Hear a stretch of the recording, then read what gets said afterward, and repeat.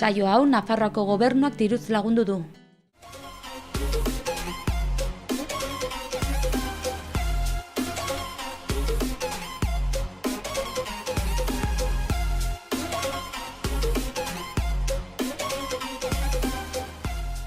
Ongi etorriak ikusten zuleok, handik eta hemendik saiora. Hurbiletik tarte honetan, gaurkoan konbidatua hementxe dugu, Patxi Urrutia, ongi etorria. Mil esker. Non sortua zaitugu? Amaiurren. Amaiurren. Adina ez dizut galdetuko edo galdetzen alda? Ez dago inolako problemik. Ez dago problemarik. 45 sortua, horrek nahi du 70 urte ditu dela. Eta, nongoa egiten duzu zure burua? Gero eta gehiago Amaiurkoa. Naiz eta, naizenan aste osoan bizi, baina aldarrikatzen dudanean ere sorterria beti Amaiurrera behiratzen dut. Eta beti Amaiurtarra naizela eraten dut, naiz eta, gaurko egunean, han ez ditudan ordu gehienak pasten. Dena den, herri ospetsua dugu, Amaiur? Badago, nik definituko nuke, edo ez nuke definituko bakarrik errepikatu egingo nuke Arantzadikoak erraten zutela. Amaiurrera harri bila joan zirela eta herria aurkitu zutela. Eta, uste dut ere, suerte handia izan dugula, azken boladunten, bide lagun oso onak harpatu dituko Arantzadikoekin, herritarrek ere hor parte hartu dute modu zuzenean eta bolondrez, eta horren emaitza guzia da gaurko egunean Amaiurre daukan sona eta Amaiurrek historian eta historiaren interpretazioan gaurko egunean eskaintzen dituen jakinduriak. Eta zein da zure lehendabiziko oroitzapena aurra zinenkoak, ez ere? Amaiurko karrikan jostetan, behin potxoka baten gibeletik nenbilen lasterka eta potxoka doik espertu egintzen nien ikusita, eta animeleko ostiko eman ninduen kopedien erdien eta nire ema guztezuen hile ninduela. Eta horrein gogoan daukat nola astindu zuen gibelekoan kan kopetein erdien ostiko bat emateko. Beraz, zaldien eta behorren atzetik edo potxoken atzetik, baina hortaz aparte zertaz jorrasten zineten baita ere? Zertan aritzen ziren? Kukuke, erdin pasaka, bote-bote, aroakin ere pozaleen azpiko borobi horrekin edo zirrika horrekin, alambreekin bulkatuz, eta horrelako jokoak, kaniketan ere itzen ginen asko. Beraz, jostailu garantziteken, jostailu haunitzik etzela, jostailu zeuek asmatzen zinutela. Exacto, guk geuk asmatzen genuen jokoa, eta guk eskintzen genituen edo bilatzen genituen beharreko tresnak jostailu hortan parte hartzeko edo jostailuekin aritzeko bai. Guk eratzen genituen genen jostailuak. Eta haunitzekin zer izan nahi zenuen? Ez nuen deus seguruik, baina orduen gehienak Kaliforniara gaten ziren orduko gazteak animeleko golpean gantziren Kaliforniara, Kaliforniara ganbiar otegi nuen, gainera nola diru pilek irabazten zen, orduen genuen gero gure etorkizuna landatzeko aukera berezi bat. Bokazio, edo ala beharrez, ze ikasketa egin zinituen? Ni seminariora eraman ninduten, orduan ez egin bokazio izaten zen, edo etxean ere beti bizke bultzatzen zuten, eta gero objetibok ikusita, nahiz orduen igual ez pensatu, baina ikesteko metodo bakarrak hasik izaten zen orduen etzegon gure herrietan dirurik, etzegon baldintzarik ere hurbilean, eta orduen, 13 urtetan edo eskola utzite lana bilatu bertzen nuen, bertzen mundu bat, erabat desberdina zen, horrela ekertatu zen seminarioa garitzen 12 urterekin. 12 eta bitartean, beraz... Amaiurko eskola. Eta zer oitzapena dituzu, hango eskola? Osonak, bai, guk maestro ikurendarra genuen, gainera nire osaba zen, eta, nahiko eskundarra izanik ere, baina, gustora, hainbertzak gauzik esik baditut ordukoak eta oinek buruan ditudanak, oso interesgarriak, gero, iristen zenean, azaroaren 20 eta horrelako gauzak diskurso batzuk botatzen zizkigun, gero aita galditen ninduen etxean zerrandatzen, eta beha, probidezazu duzuk ez zerranduz, baina ez sinetxire deus ero, hile denak azorra dire. Eta, baina sinesmen oso honak, ikulu biltzen ginen, zegoen beti jendea, herri oso bizia zen, bat ongarriketan ari zela bertze arbiakin heldu zela goiti, bertze errotara zijoala zakuarekin, uste dut, herria minimundu bat zen, eta bizitasun handia bat zen, harremana ikaragarria, Eta horiek denak, estimatzen ditut, eta estimatu ditut beti begiratu dut, begirunez zenolako herria izan ginoen, eta zenolako gaztetasuna urtzaroa bizitzeko aukera izan genuen. Eta gaur egun baino denbora gehiago izaten zen solasean gelditzeko lasai, ez da? Bai, eta gero gainera bazen dituen lekuak non aitzen altzine solasean. Gu adibidez Salaberriko kuadra zen, guretako, gainaldeko herri, gainaldeko kuarto destar nagusiena. Eta, ja gero gazte garaiera pasatuz nola bizi izan zenuen gazte garaia? Modu berezi batean, azken finean, gaitasun hortan sartzen bazinen, hor nahi zizuten personaje berezi bat egin, bertzekin harreman soberaik ez izan, berezia bezala, alde guztietatik, eta hor bertze bizi modu bat zenuen, non zure mundu itxi batean bizi zinen. Eta hor ere beti alai izan nahi zenetako, eta lagun giro ederra sortzen genuelako gure lagunaketanik, beti oso ongi bizitu izan naiz uste dut, eta naiz eta egoera txarrenetan ere buelta emateko aukera honitz izan ditugu, eta disfrutatzeko ere bai. Eta nik oroitzapen onak ditut ere nire gazte denborakoa naiz eta oso berezia izan. Zorrotza izaten zen seminarioko bizitza? Oso zorrotza, eta gehien bat apesgoa eta religioa beti jokatzen dute gauz importanteekin, nolabaiteren mendekotasuna nahi dute lortu jendearen gan, eta horretarako infernua, beldurra, hori denak lantzen dituzte modu oso zientifikoan, eta horrek personalitatea hautsi nahi izaten, zure personalitatea hautsi nahi izaten dute, eta bertzaldetik beldurrain gainean eraikitzen dute zure personalitatea. Horrengatik oso gogorra egiten zen alde horretatik. Bertzaldetik berriz futbolean jostatzen lagunekin, beti giro ona izan dugu ni behintzat nire inguruan, baina bertze hori ikusita eta orduan ere bai, ikusita beraiek zer bilatzen zuten nolabaiteren nahi dute, erreligio beti nahi izaten dute, jangoikoaren azpian jendeak zapaldu probetxo atratzeko gero, zenbaitzuk gero hortaz baliatzeko probetxo atratzeko, Eta hor beti izan da, guk erreligioak beti boi bultzatu dut seminarioan asko zer gehiago.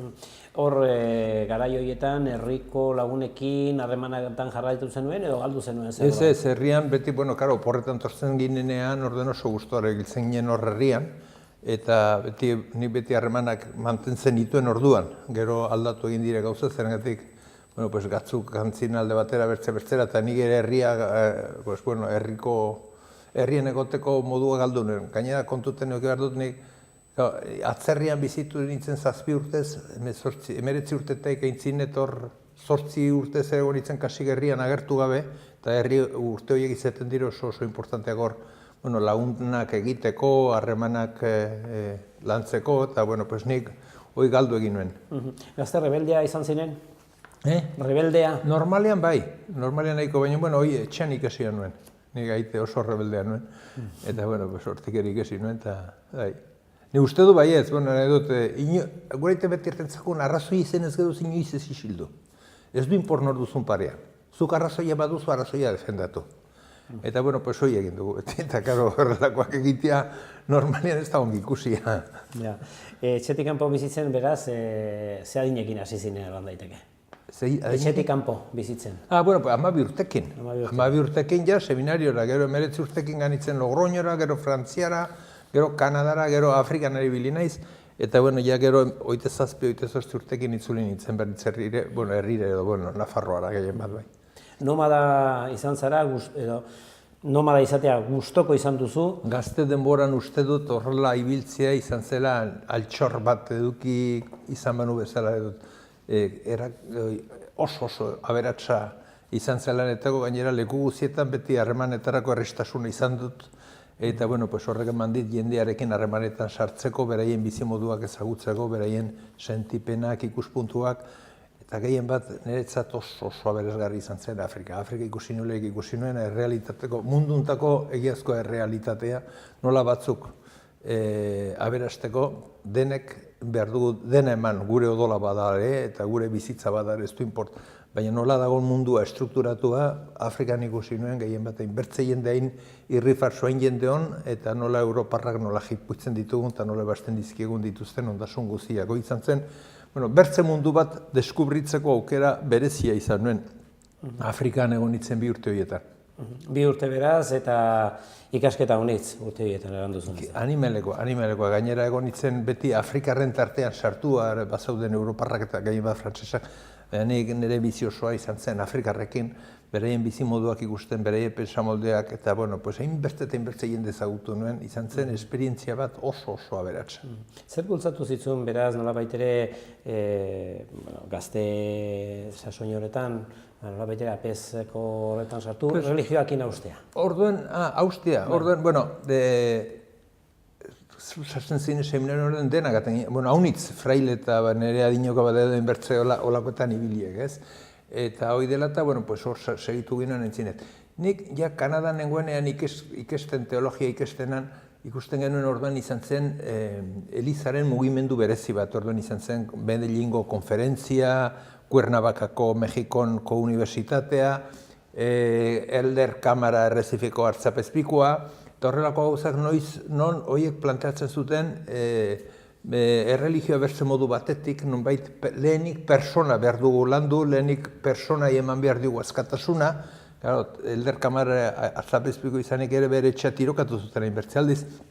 Orduan atrazen ere Estatu Batuetan Artzapezpiko bat, liburu bat idatzi zuena, Robinson deitzen zen, eta liburua zen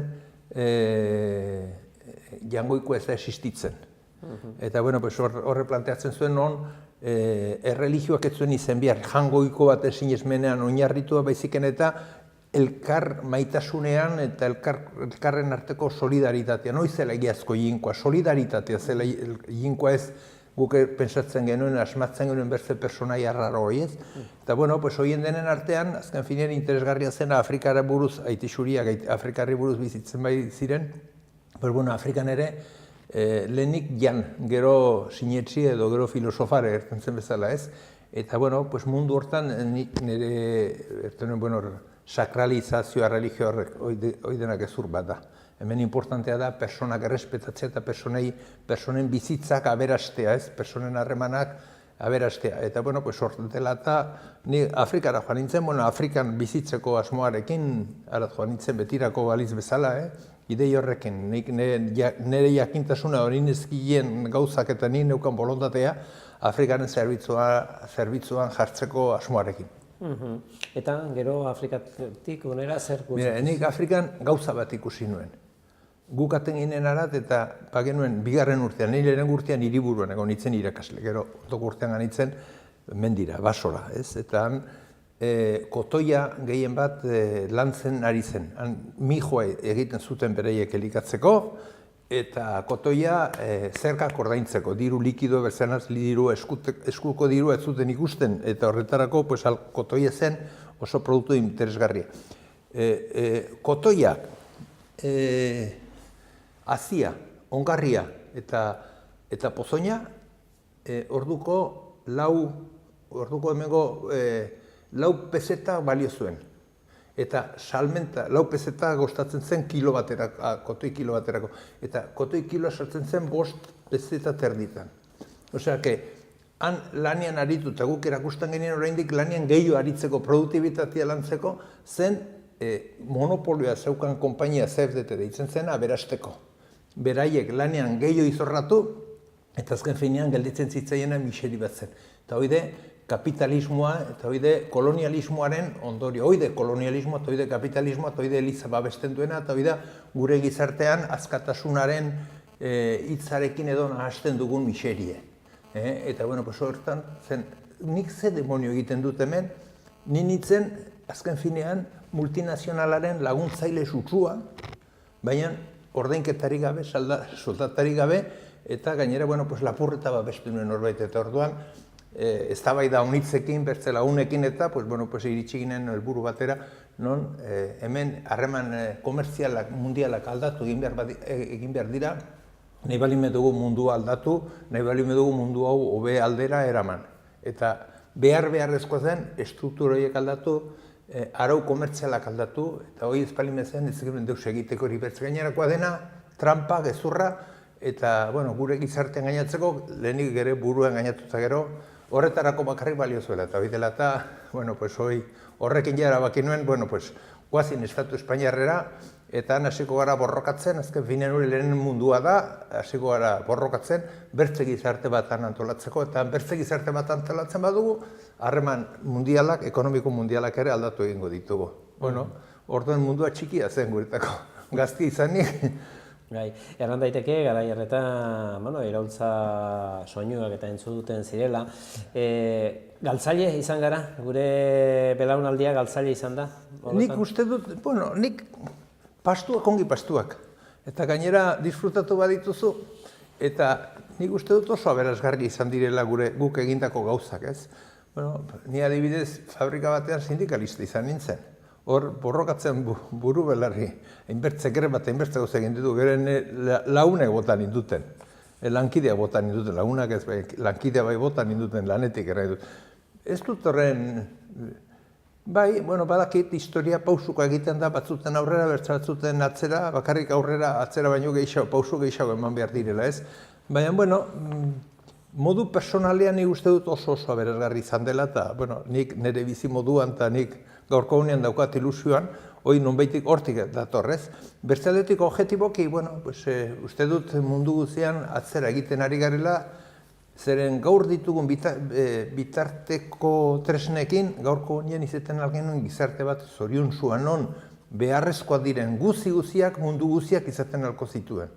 Baina gutxi batzuk hartzen dituzte, gainerako guztien beharretako erabili beharko genituenak bere sakelera eramateko. Eta hor dago gaurko gakoa, eta dena den, sinesten ez pagenu zenuen hortan segituko, baina nire segitzen dugu, borroka hortan sinesten dugulako, pues hor buru belarri sartu behar dugu. Irabazi, igual ez dugu irabaziko, baina murriztu egiten badugu beraie daukaten almena guri izorratzeko, beti uste dut horrek ere balio duela. Langileen mugimendua egon ez balitz, gaurko egunean langileen egoera askoz ere txarrago izango zen. Hori ez dugu lortu gu nahi genuen guzia, baina ez dugu utzire bertzeak guri kentzea beraien izuten guzia ere. Lana eta bizitza nola uztartzen dituzu? Lan egin bizitzeko edo bizi lanerako? Ez, lan egin bizitzeko, ni beti eran izan dit, eta gaurko unean ere zenbaitzuk lanea gogorra dela terten, atxaldeko 3 arte jateko. Atxaldeko 3 gaintzinet nahi duzun egiteko, baina behar duzu elikatu zure burua eta lana behar da bakarrik horretarako. Eta gero, zure bizitza antolatu, zure moduan, zure balorea defendatuz eta zure gizartea babestuz. Gustoko izan duzu, egin duzun lana? Oso. Lantegian lan oso gogorra zen. Zerangatik, bakizu enpresetan eta gainen bat pieza txikiak edo gauz txikiak, ni Pamplonikan ari zen txorizo egiten, ez? Eta, egunean hainbertze egin behar zen dituen. Eta horretzen nien egoten begira, zerura begira, goiz 7etan hasi, buru belarria, tope gainera, buru altxatu gabe egon behar zenuen, produzioa ateratzeko. Baina gero horrek ematen zitzun, kristoin almena sindikalgintzan aritzeko, ez? Eta bertze gizarte bat, bertze harreman batzuk, eta zuk zure buru altxatzen duzunean bertze zu zapaldu nahi zaituztenak hankazgoiti botatzeko edo baztertzeko, horrek ematen du beti kristoin plazerra, eta horrengatik, nik uste dut oso zoriontsu izan nik beti erraten dut kristoin suerte izan dudan bizitza bizitzeko. Adina aintzina joan ahala, baita ere bizitzaren ikuspuntua aldatzen joaten da? Bai, zalantzari gabe, lasaitasun gehiago hartzen duzu, eta gero gauz hanbertze aldizora ikusi gibelat eta nola egiten genituen gauz hori, baina nahin buru gabea ginen, askotan nolakoak pensatu egiten ditut, ez? Baina, borondate honaz egiten ziren ez, eta hori denak ere bali izan dute, zure aberastasunerako, nahiz eta momentu batean, igual bertze zen baitzuk espero zuten ez zuten lortu, ez? Baina, nik uste dut, bizazu gaurko egunean adibidez jubilatu baten ni bezala badu jateko nahiko, berotzeko nahiko, harremanetarako mundu berezi bat, zer demonio nahi dugu gehiago? Bakarrik, eta gainera hortaz aparte, zure ilusioa eta zure lana balime da solidaritatea zabaltzea, bertze ikuspuntu batzuk sozialagoak jendetartean zabaltzea eta beraiekin hoien alde borrokatzea, pues hoi daia perfekziotasuna edo. Beraz, zoriontzu ikusten dizut, orai, bigarren atala batean sartu behar dugu, eta hor nolabait ere Aiztion aipatu duzun sindikalismoari buruz arituko gara. Nola sortu zen zutan sindikalista edo sindikalismoaren eran dezagun kontzientzia, gogoa, guzi hori? Ni Afrikatik torri nintzenean, heldu nintzen gainera hemen borrokatzeko, osea, estrukturak aldatzeko. Eta joan nintzen nire lehenaoko kide zenbaitzun bile, eta bueno, pues batzuk oso eskor ziren, bertze batzuk beren bizitzera ematen zuten, eta nik harpatu nituenak, orduan ziren gainera unibertsitateko grebain buru ibili ziren batzuk ere lehen nerekin frailetan ibilitakoak, eta pues haiek azaldu ninduten, bueno, hemen borroka egiteko edo gauza galdatzeko ganbertzela lantegietara. Hemen aldaketa lantegietek etorriko zela, azken finean, Frankoaren diktaduraren aurka aritzeko, lekurik aproposena eta zu lan gehien egiten altzin nuen eremua, eta orduan eremu libre, bakarrak izaten ziren lantokiak lan politikoa egiteko, ez? Eta orduan lantegietara joan behartzela.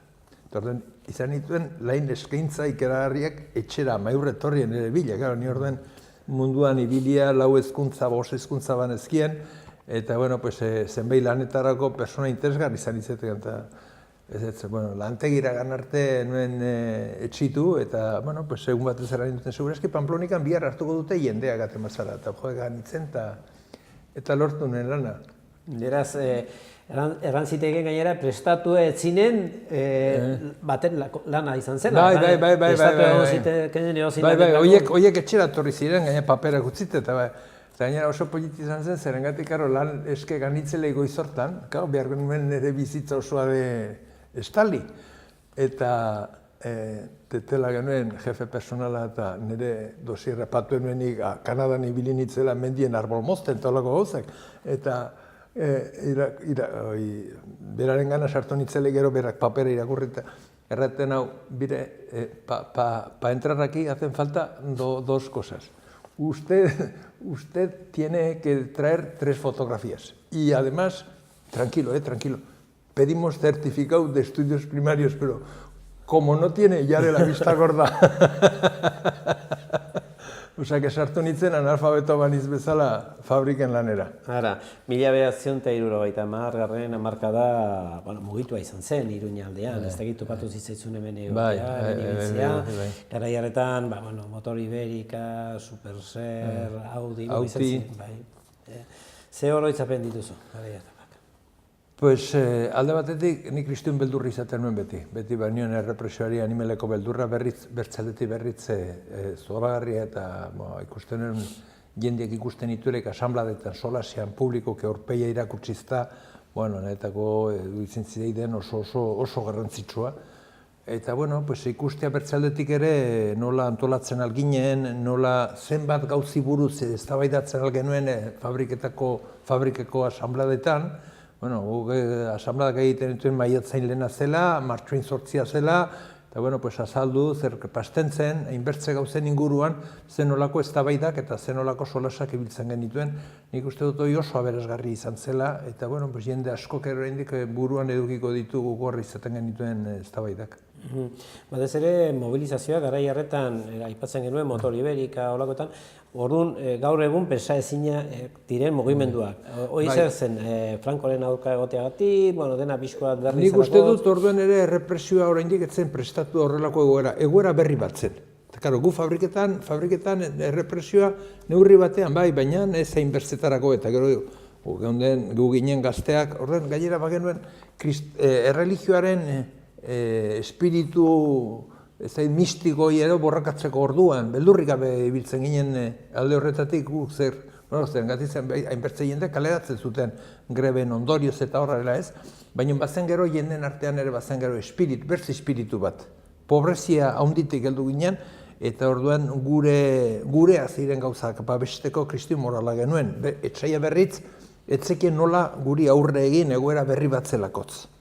Eta orduan gauza asko ikasi genituen horre nola egin, zer egin, nik adibidez gogoan dut, gure fabrikan erraten zelaik greba erabakitzen zuelaik asanbladak, jefe personalak ere fabrik utzi behar zuen.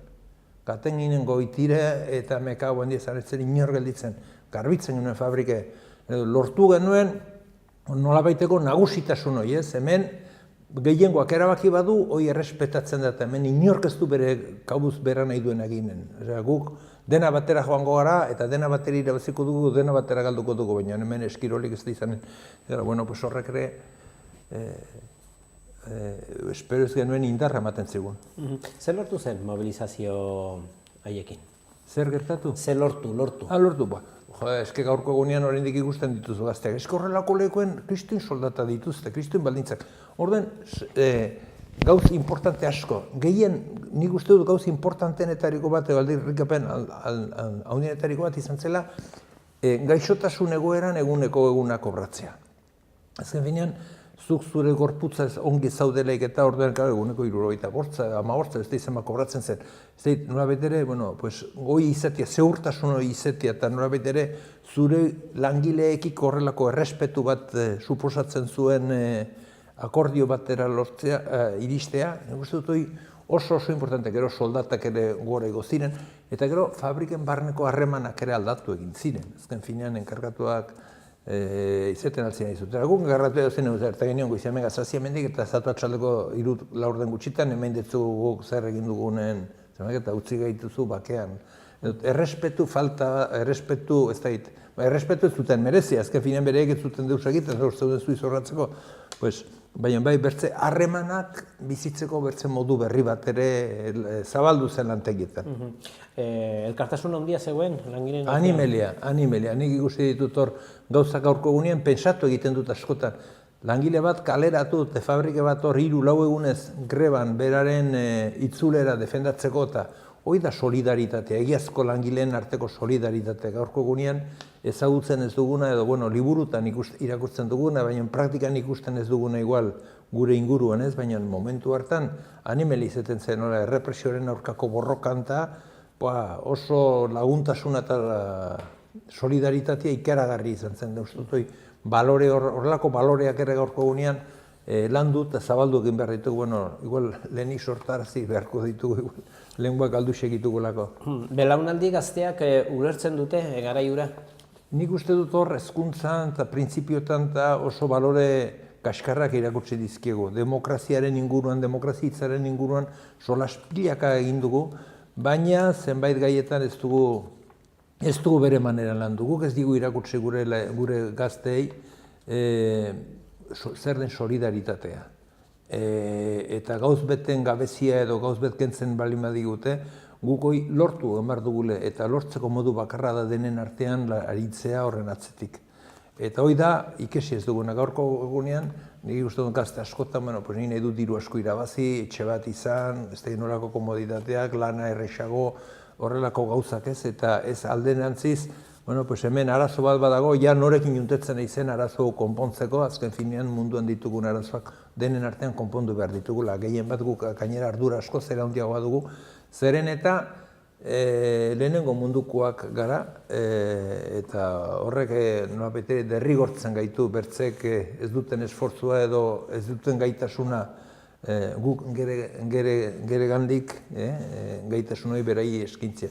Eta nik uste dut hor gazteekin huts egin dugula, azken finean irakutsi dugu guk lortutako gauz asko balioa handia zutela, baina hortan gelditu dire. Nola lortu ditugun eta nola hobetzen alditugun, behar bada 2. eta 3. klase hori oraindik ez dute ikesi ez dizkigu eman klase horiek. 70. hamarkadan ondotik, hor erran behar Franco baitera hil zela, 80. hamarkada etorri zen, hor transizio garaian, hor lantegia unitz itxi ziren, aldaketa nabarmen izan dira. Nola bizi izan zenuen garai hori, hor erran behar baita ere talde politikoa jaba zeudela, transizio garaian. Hor beti izan ditugu, nik nire bizitzen izan dut beti bi lan eremu bat, alde bat sindikalismoa eta bertzea ere municipalismoa. Nik gero 20 urte egin dituz izurren zinegotzi, eta orduan ere, fabrikan beti segitu izan dut hor burun, baina hor genuen herria ere, eta pixket despistetzen zaitu edo bertze gaiak ere hor dituzu. Nola, hemen mina handiz. Zeren eta guk galdu badugu, denbora orai lortutako hainbertze gauz, ez da izan gu aulak izan garelako, guk etxean izan dugulako etsaia. Eta guk etxe barruan izan dugun etsaiak baditu 4 izen. UGT, Comisiones, PSOE eta PC. Eta 4 horiek izan dire pastu ziren bertze aldera. Guri biluzi gutziz, eta beraiek izan dire gero aldaketa eskuin aldera edo atzera egiteko bideiunten beharrezko kapitalak izan duen beharrezko lagunak. Eta gorko gunean ikusten ari gara nola bizi diren ondasun publikotik, zenolako jarrera dituzten, baina gorko gunean borrokatu inoiz ez dute borrokatzen eta defendatzen dutena, pixkego iti da, patronalak egiten duena tarteka diskurso bat botatzen dute, hola pixket ezkertiarrago bereien gabeziak eta beren tradizioak estatzeko, baina nik uste dut hemen izan dugun akatsa izan dela kapitalak erosi egin ditu gure tarteko zenbait, eta horiek izen horiekin dauden jendeak zuzendariak dira, eta horren ondorioz etorri da gaurko gunean daukagun gizartea. Beraz, hori zen galdera, ze egoeraten ikusten duzu gaur egun sindikalitza? Lotsagabea. Oso tristea, azken finen sindikatuak ez daude gaurko egunean langile interesa defendetzeko, baizekin eta beraiek estrukturak handitzeko. Adibidez, pentsioi buruz, niri gaurkoan interesatzea nire munduan urbilduz, nire mundura urbilduz, orai, zenbait, Toledoko diskurso hori onartu zuten, Pactos de Toledo delako horiek onartu zituzten, eta horietan ideia bakarra zegoen, bakarrik zen, hemen seguro publikoak izorratu behar ditugu, gero pribatuetara jendia eramateko, ez? Eta, karo, hor, paktuak ona diret, ez da izertabak izan, baina gaurko egunean, jende guztiak uste du, ez dagoela dirurik seguruak, jubilazioak eta ordaintzeko, eta dirua bada pileka, bada erregia emateko, bada autopistak, behar ez diren autopistak egiteko, behar ez ditugun trenak egiteko, inbertzako zetarako bada dirua. Eta zer, pentsiotako bakarrik ez dago dirua, baina, karo, Toledoko erabakiak pentsamolde honetara eramaten zigun, horretarako egin ziren pentsamolde hau zabaltzeko gure tartean. Eta gorko gunean, dirua badago, baina nahi dute denek eman dezatela beraren soldataren diru pixka bat seguru pribatuak egiteko. Gero, 30 urten buruan, kiebra egingo dute segure etxe horiek eta sartutako diru guztiak galduko dugu lagile, baina ez du import. Horrelako, bertze lapurreta motoa bat laguntzeko. Eta nik uste dut horiek, gainera beraiek ere patronak dire, horrelako zenbait seguru etxetan. Beraz, beti aipatzen da, borroka zerbitzu publiko eta publikoa eta pribatuen artean. Hor, borroka handia dago, zure ustez, alde hortan, erabat lerrotu behar da, alde batera? Hombre, dudarik gabe. Azken finean, gizarte hau zertarako dugu. Zertarako bizi gara edo, hemen unetorriz geroz eta hemen sortuz geroz, zertako gaude hemen. Zertako gaude, zer gutxi batzun aberastearen alde aritzeko, edo hemen ari gara solidaridoki alik eta alaien, alik eta hobekien, alik eta aberatzen denak bizitzeko. Nik uste dut horiek bi interpretazio dira. Ni bigarren unten nahi dut nire bizi osoa, hor murgildo nahi dut nire burua, ez? Baina solidaritatean, laguntzan, errepartuan, amekagoz bat ditugu eta hoi da nahi duguna, baina bertsaldetik badaude estatuak, eta gorko gunean estatuak eta partidu guziak ere, kasik, daude, hor privatizazioien alde, argudio haunitzekin, ez dute hitz potoloak erabiltzen, beti arrazoiak erabiltzen dituzte, baina azken finean izeten da gutxi batzuin aberastasuna handitu, gehiengoaren beharrezkoak ebatziz. Lan erreforma, lan gabezi tasa, guztia nola konpondu daiteke zure ustez? O badu konpontzeik? Badu, erredut, hemen banaketa dago. Hemen problema ez dago aberastasunean, ez dago produktibitatean, hemen arazo bakarra dago banatzean.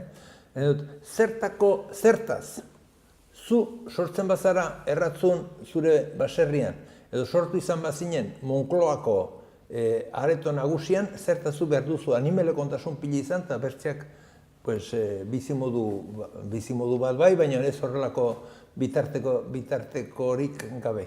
Hor badago, deserostasun handi bat badago, eta denak berdin sortzen gara. urean eta odolean hasita sortzen gara denak, osea, nik ez da izerta demonio batzu behar dute zerbait izan tabertzeak ez. Bueno, denei eman tresnak edo bitartekoak bizitza zoriontsu batera mateko. Hoi da, adibidez nire bizitzan beti izan dudan helburua. Hoi lortu behar dugu eta horren atzetik segitzen dugu. Eta, bueno, pues gaurko egunean ere gauza nahiko ilun balin badago, baina, bueno, kusiko dugu, denborakin edo kusiko dute bertze zenbaitzuk noratera maten gaituen guk antolatu dugun gizarte hau.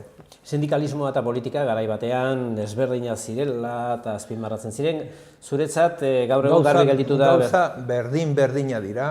Zoritxarrez gaurko egunean modu desberdinen eramaten dituzte edo bide desberdinetik bidatzen dituzte, baina gauza berdina da. Azken finean zuk zure nortasuna, zure gizatasuna, zure solidaritatea lantzeko zara sindikalista. Eta bigarren pausua da, beste estruktura, ez bakarrik lantegiko estrukturak, baita ere gizarteko estrukturak aldatzea. Eta nik uste dut, gaur ezin dela eta atzote inoiz ere, sindikalismoa politika hutsa da. Eta gainera da, politikaren lehendabiziko oinarria. Hoi da, bazkari batean ere zopa lehenengo platera den moduan, sindikalismoa da, borroka politikoan ere lehendabiziko platera edo lehenbiziko pausua, gero heldu dire gainerakoak, baina gaurko egunean politika egitea sindikalismoarik gabe ez da trampa da.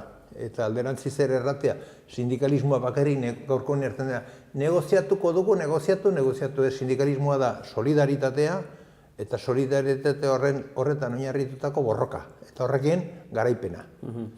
Sindikalistei kasta izateare leporatzen zaie gaur egun, zaila da, sindikalista ona izatea?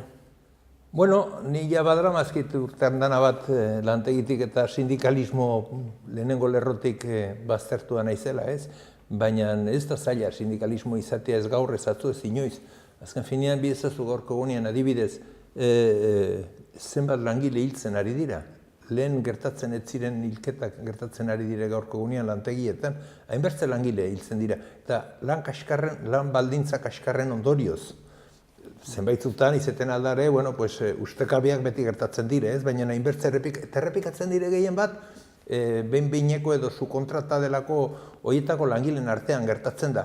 Karo, horrelako gauzak gertatute gaurko egunean adibidez, ez dakit, fabrika ixteko greba, animeleko greba bat egiteko, solidaritatea galdu egin da. Sindikalismoak gaurko egunean horapeitere erabakia eta antolaketa atera egin du fabriketatik eta eraman du bulegoetara negoziazioaren bitartez lortzeko gauzak eta hemen negoziazioak ez du dusik egiten indar korrelazioa baizik. Zuk indar korrelazio txarra baizukaten altzara negoziatzen nahi duzun guzia. Ez zaitute deus hemen, baina zuk indarrez joaten bazara negoziazioa berehala izango duzu. Azken finean indar korrelazio baten ondorioa delakoz negoziazioa.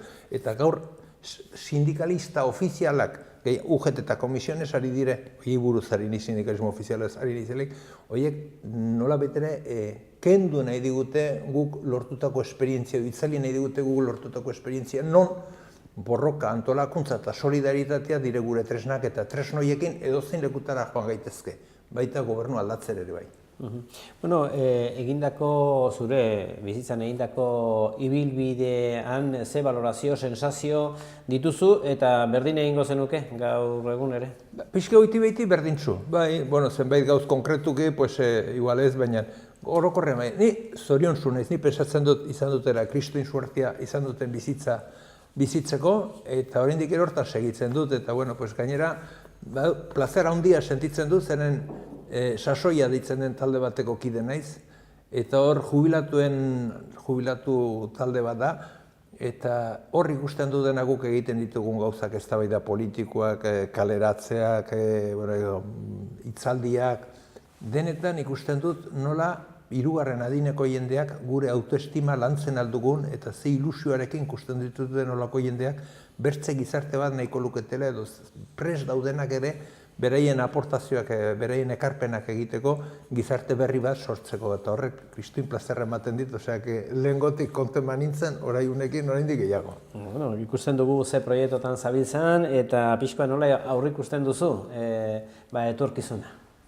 Bueno, momentuz nahiko ilun, oso ilun zerengatik Europan ere galdu dugu, inoiz izan ez dugun azola, baina orain erabat galdu egin dugu, eta ikusten dugu gure kapitalistak ari direla petrolioaren atzetik borroka zutsuan, eta berdin zeiela inbertze herrialde desegitea Afganistan, Irak, Siria, Libia, Mali, denak desegiten ari dire aberastasun edo beraiek behar dituzten zenbait materialak edo horiek eskuratzeko, petrolioa eta eskuratzeko, gai direla herrialde bat ondatzea, gai direla milaka eta milaka persona hiltzea, eta gainera, jendean sartu gaituzte alako ideia batzuk, nola, horiek gerra batzuk dira, inork ez dakit nondi sortu diren, euria zerutik torriko baliz bezala sortutako zerbait dela. Eta mundu hau, naiz eta gaurko gunean, inoiz baino tresna gehiago izan ikasteko eta jakiteko, inoiz ez dire tresna horiek hain gaizki ibili, azken finean horiek zerbitzu handiena ematen dutelakoz gure tarteko borroketara. Gaurko gunean, gu espalimegara gauz, ezkerra espalimegara gauz horrelako gerra horiek denekin bukatzeko Palestina, horiek dena konpontzeko Sahara. Horrek erran nahi du oso gaizki gabiltzala eta borroka egiteko animeleko beharra badago eta jendeari begiak moztu egiten badizko, begirunea moztu egiten badigu bere ingurukoari bakarrik begira bizitzeko, aurrera posuik ez dugu egingo, baina azterketa sakonak egin behar ditugu ikusteko nola, ze bitartekoak ditugu, gaurko gunean besazu teknologia berria zertara zenbatetarako ematen duten, eta horiek denak erabiltzen ditugu, azken finean, petrolioa ebasteko Libian hemen eta petrolioa ebasteko traba hori ditugu gerra eginez, mundu hau oso gaizki dago eta kapitalismoak eramaten gaitu irtenbiderik gabeko eremu batera. Zure iritziz, bizitzan konprometitu behar da? Erabat, azken finean bizitza hori baita. Bizitza, zu ez zara bakarri bizitzen, zu bizitzara bertzekin. Eta zu bertzekin bizitzeko, zu beraiei alaitasuna eta laguntasuna eskaini behar duzu, beraien alaitasuna eta laguntasunare zuk disfrutatu behar duzu. Eta, hori da egin beharreko gauza bakarra eta gauza importantena. Natura zaintzen dugu, zure ustez? Ez, azken finean, hor ere berdin, nonta dirua irabazteko natura xeatu behar badugu ez du import, dirua da balio duen bakarra eta dirua gutxi batzuen eskutan.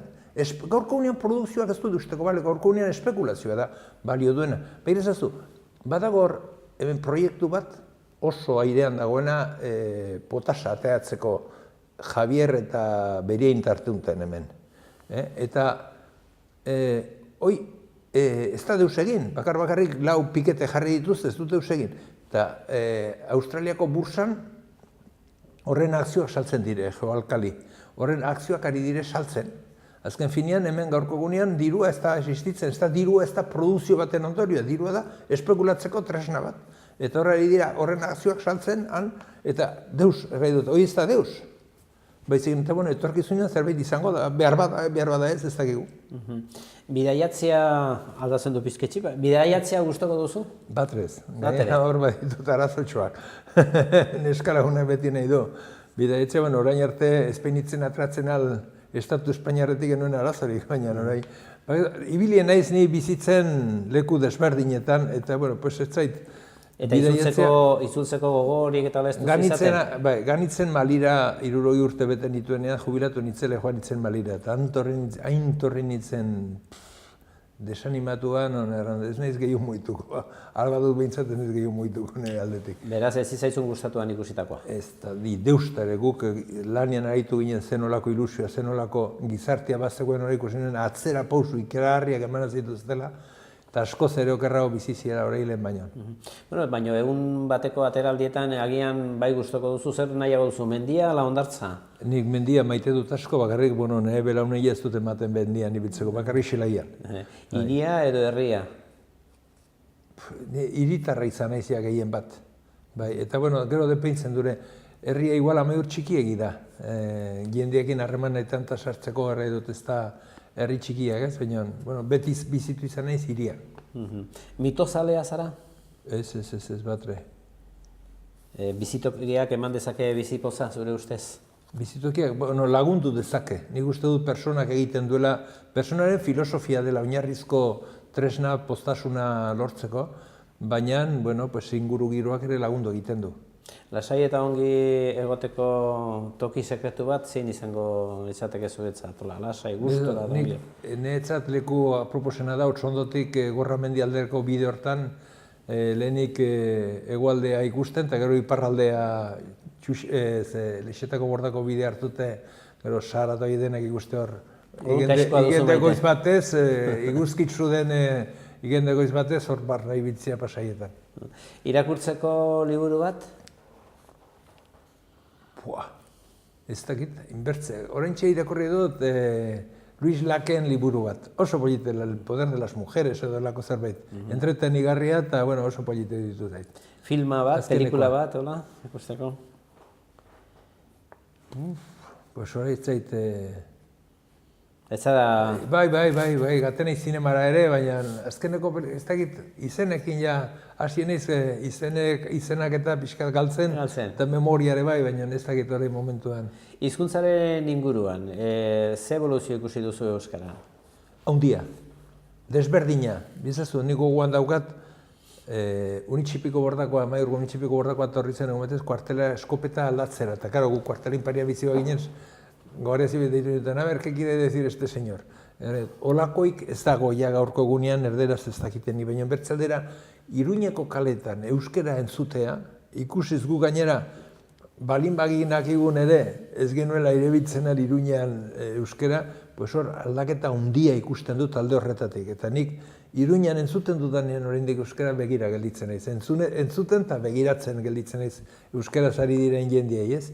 Eta alde horretatik ni pesatzen dut, aldaketa handi izan dela, nire ikuspuntutik. Azken finean, euskara zabaldu delakotz bertze eremu batean, lehen debekatua zuen eremuan. Orduan, niretako harrigarri izan zen behin Donostian, iztipu baten ondorioz nire neska zegoen ubin, eta izan nuen aukera ospitaleko zuzendariarekin egoteko, ez? Eta joder, azpitiko baserriko bateko bat zen, eta euskaraz hitz egin genuen.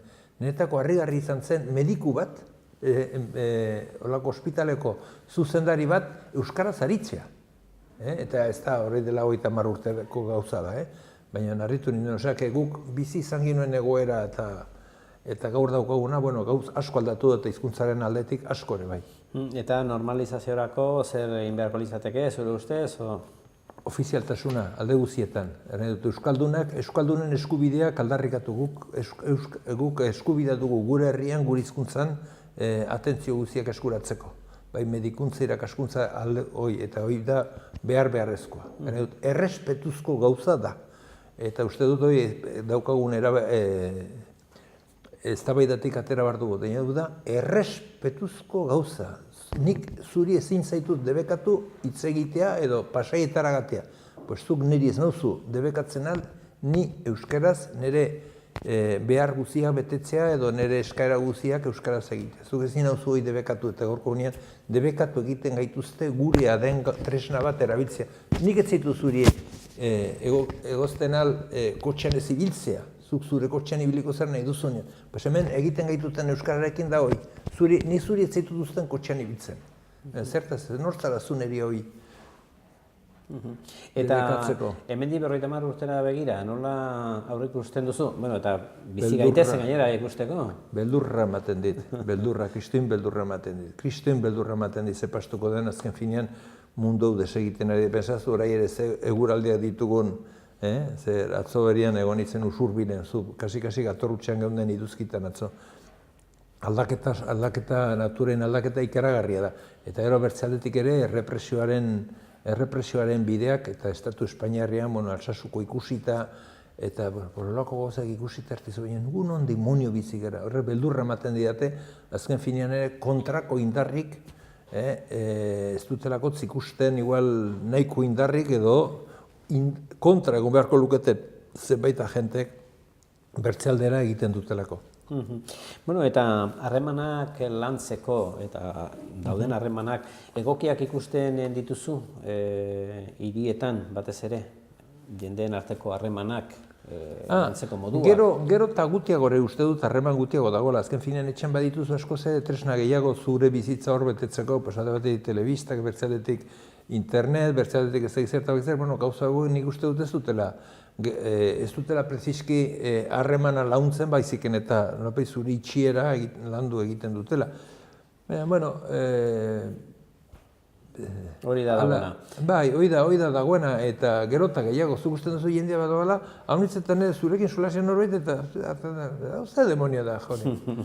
Bueno, dena den, azkenik eskatu behar dizut, azken aldera bezala, errezeta bat zorion zu izateko, zer errezeta emango zenuke? Lehenik gauza bat, erren nahi dut, nire bizitzaren parte oso importante bat izan delako. Kartzelian pastu nituen 22 hilabete, eta, bueno, pues, kartzelian ere nintzen gaizki bizi. Kartzela gaizki bizitzeko eremu bat da, baina, bueno, azken finean ere, zure tresnak eta zure babesak eta gehien bat zure lagunak hor dituzu, ez? Gainera zure ideiak defendatzeagatik hor zaudenez, pues horrek arrotasun puska bat ematen dutzu. Gero, zer egin behar den bizazu, ni uste bizitzauntean behar dena da, diruak ez du konpontzen, minimo batzuk behar ditugu, eta hoien bila joango gara, eta bertzeadetik solidaritatea, bertzeak zugandik nahi du, zuk beraren gandik lortu nahi duzuna. Eta inori kalterik egin gabe bizitza horta sartu behar dugu ere dut. Solidaritatea, gaur zuretzat, bihar niretzat, elkar bizitzeko, elkar respetatu behar dugu, elkar lagundu behar dugu, eta nik uste du filosofia horrekin lortzen direla gero, lortzen diren gauzak. Nik ez dut egiten hau interesatzen zaidalako.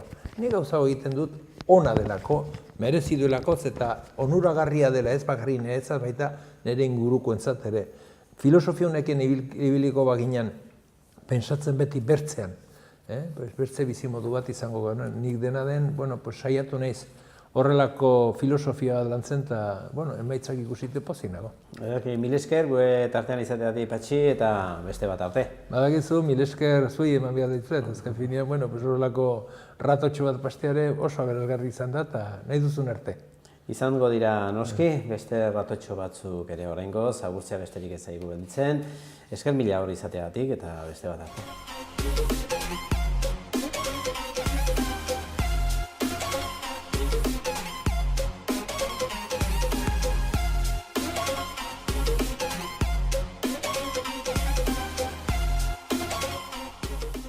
Kaixo, soy Javier Leoz, concejal del Grupo Municipal Geroa Bai, miembro del equipo de gobierno del Ayuntamiento de Pamplona y concejal de barrio de Santa María la Real y Lezcairu. En mi caso, como concejal del barrio de Santa María la Real y Lezcairu, es un barrio, pero en realidad son dos barrios totalmente diferentes. Uno es el barrio de Santa María la Real, que es un barrio construido en los años 60 con los problemas urbanísticos que eso conlleva, y otro, sin embargo, es un barrio de nueva creación, el barrio de Lezcairu, con una urbanización moderna que tiene otra situación totalmente diferente. Lo que ocurre es que dentro del barrio de Lezcairu, a su vez tenemos pues, la única parte que queda del viejo barrio de Lezcairu, que son las casas de Fuente de la Teja, que también tienen otra situación totalmente diferente. Bueno, tal y como he dicho, al ser tres zonas totalmente diferenciadas, tienen problemas también muy diferentes. La zona de Santa María la Real es un barrio, como he dicho, construido en los 60, con un problema además de que se ha construido en cuesta. En la población, hay una población mayor importante, cosa que no ocurre en Lezcairu. Es un barrio que estaba asentado, con comercio, con vida. Sin embargo, se han ido cerrando comercios, se han ido instalando bajeras de jóvenes, ese es un problema que existe. Y además ocurre que el barrio de Santa María la Real, los servicios realmente no los tiene ubicados en Santa María la Real. Siempre ha dependido más del barrio de La Milagrosa, el centro de salud, etc. De hecho, hasta ahora, hasta hace unos años, tenía también colegio público que estaba ubicado donde la rotonda de Tajonar, pero ese colegio ya no da servicio y también tienen que obtener los servicios fuera. Y por otro lado tenemos el barrio de Lezcairu, que es un barrio nuevo en el que está llegando ahora la población y todavía está en construcción, en el que realmente los servicios también se están recibiendo desde el ensanche o desde la propia Milagrosa, y en el que lo que sí tenemos es una previsión dotacional de espacios para el barrio. ¿Qué previsiones existen? Bueno, por ubicarlas en un plano, para que la gente lo entienda más, esta sería la avenida Cataluña, que es la avenida central de Lezcairu, esta sería la avenida Juan Pablo II, que es la que viene de la zona de los Caídos y del Tenis, la que baja. En esta rotonda central tenemos una previsión dotacional para el centro de salud, sería en este solar. Enfrente existe otra previsión, que es la plaza central de Lezcairu, que se estaba urbanizando ahora, pero por problemas de la empresa constructora se ha tenido que paralizar y vamos a tener que hacer un nuevo concurso, pero se está en ello. Y dentro de esta plaza existe una previsión de un solar en el centro, que sería dotacional cultural para un Civibox u otro tipo de infraestructura. Enfrente es lo que está la actual gasolinera y junto a ella existe otra previsión de un dotacional polivalente, pues para otro tipo de necesidades. Y al fondo de esta avenida es donde se ha hecho la zona de recogida neumática de basuras, etc.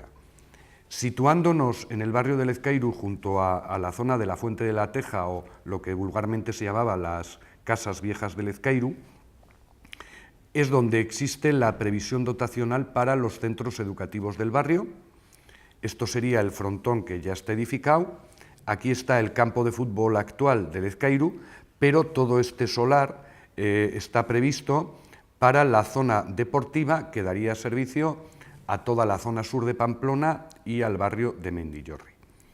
Dicho una vez estas las previsiones de dotaciones o de infraestructuras para el barrio, también decir que, dado que el barrio todavía se está construyendo, no hay un espacio, o sea, no se ha decidido todavía temporalmente cuándo se van a acometer todas estas infraestructuras.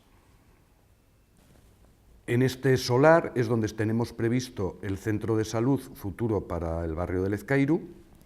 Enfrente es donde se estaban haciendo obras hasta ahora, que es la plaza central de Lezcairu, que está paralizada ahora, y en el centro está previsto un solar dotacional cultural para un posible Civibox. Enfrente de esta plaza central de Lezcairu, una vez pasada la gasolinera, está previsto otro solar polivalente en el que no está definido el uso. Y por otro lado, junto a la Fuente de la Teja, es decir, las casas de siempre de Lezcairu, está previsto el solar dotacional para los centros educativos. Esto sería el frontón que ya está, esto es el frontón que ya está edificado. Aquí se encuentra el campo de fútbol de Lezcairu, pero todo este solar está previsto como dotacional deportivo, donde deben ir unas piscinas y otro tipo de instalaciones que darán servicio a toda la zona sur de Iruña y al barrio de Mendillorri. Se encuentra ubicado entre la calle Monjardín, que es el final del segundo ensanche y desde donde se divisa todo el barrio de Lezcairu. Esto sería el Parque de las Mujeres, que une Mendillorri con el barrio de Lezcairu, la avenida Juan Pablo II, que baja desde la zona del tenis, cruza todo el barrio, y luego la otra gran avenida central del barrio es la avenida Cataluña, que transcurre desde la rotonda de Tajonar hasta ya la zona deportiva del barrio, junto o paralelo al parque de Alfredo Landa. Bueno, las necesidades fundamentales del barrio son diferentes entre un barrio y otro, porque, como he comentado antes, la zona de Santa María la Real es un barrio en el que la población está asentada y es mayor. Ahí, por ejemplo, sí tenemos detectada la necesidad de un lugar en el que se pueda juntar la gente mayor del barrio. ¿Por qué? Porque, como he dicho antes, los servicios se están dando fundamentalmente desde Milagrosa. El centro de jubilados está en la calle Goroa B, hay unas cuestas importantes y eso crea problemas. Hay una petición del barrio para intentar poner en el colegio público algún local para mayores. La verdad es que todavía no hemos conseguido dar respuesta a ello. Y luego también hay un problema de la vida del barrio, la vida comercial que se está degradando. Es un problema que existe también junto con el barrio, que le ocurre lo mismo al barrio de Milagrosa.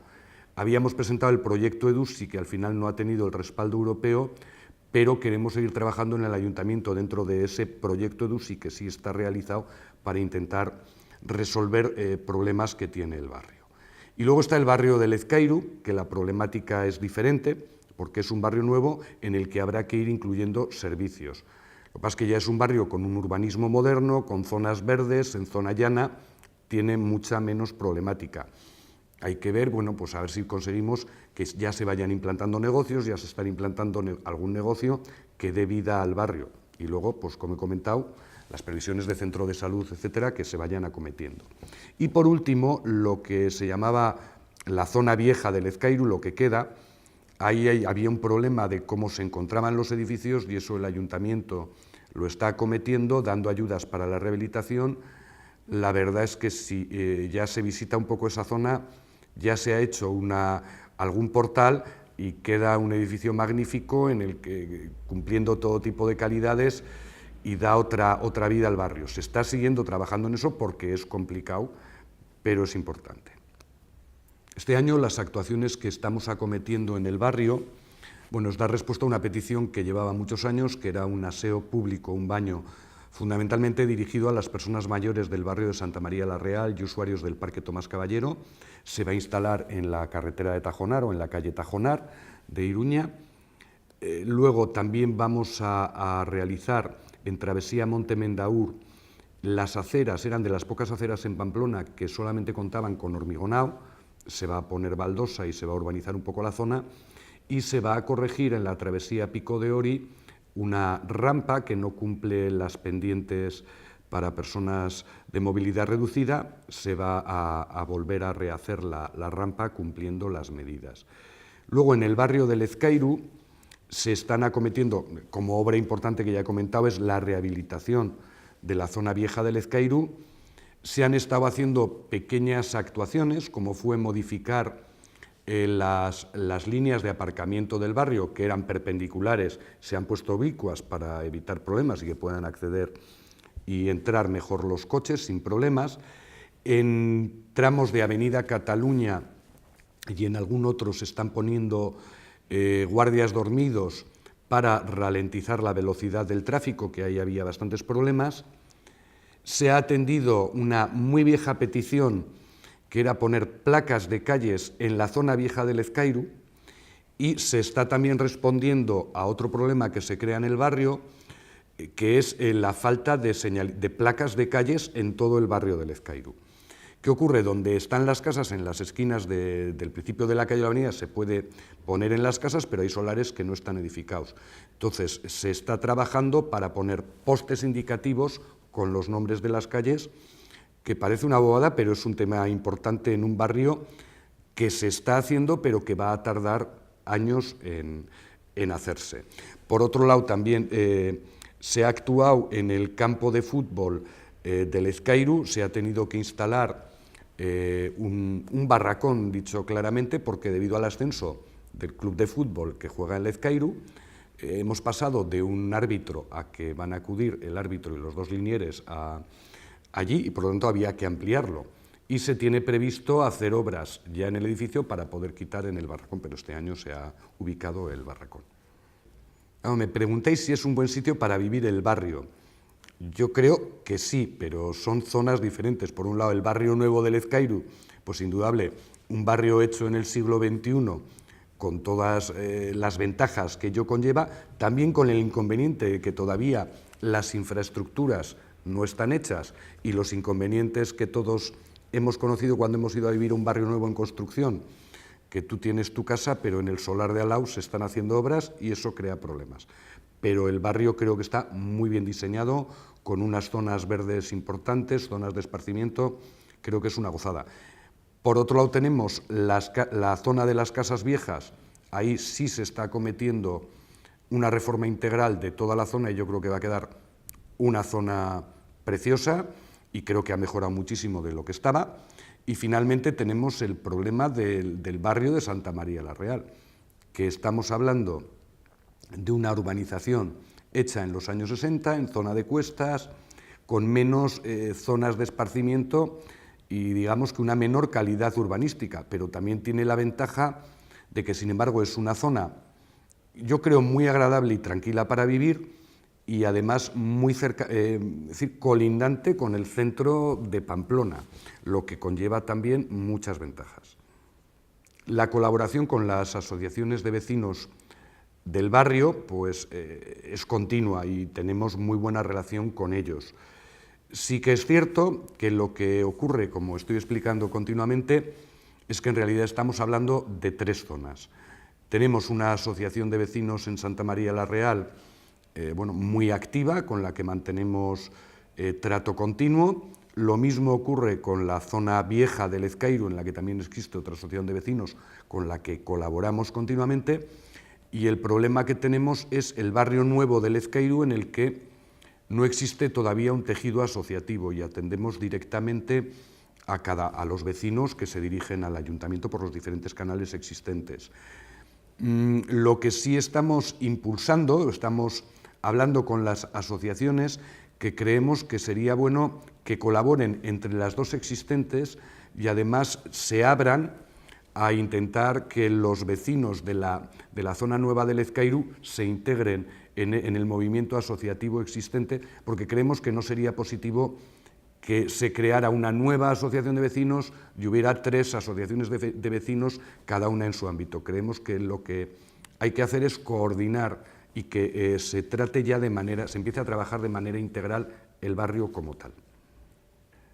La visita al barrio probablemente la comenzaría en la rotonda existente junto al Seminario de Pamplona, en la calle Monjardín, desde la que existe, que es aquí, una magnífica vista de toda la zona del barrio del Ezcairu. De ahí bajaría al Parque de las Mujeres, donde se han instalado unas preciosas, o al menos llamativas, zonas deportivas con diferentes colores, y todo el parque, que es precioso. De ahí llevaría al visitante o a mi amigo a ver la Fuente de la Teja, que todavía se conserva junto a las casas viejas del Ezcairu. Veríamos el frontón existente en esta zona y dando un precioso paseo por todo el Parque Alfredo Landa, llegaría, por así decirlo, hasta el final del barrio en la rotonda de la calle Tajonar, que tiene un espacio dentro de la rotonda también interesante de visitar.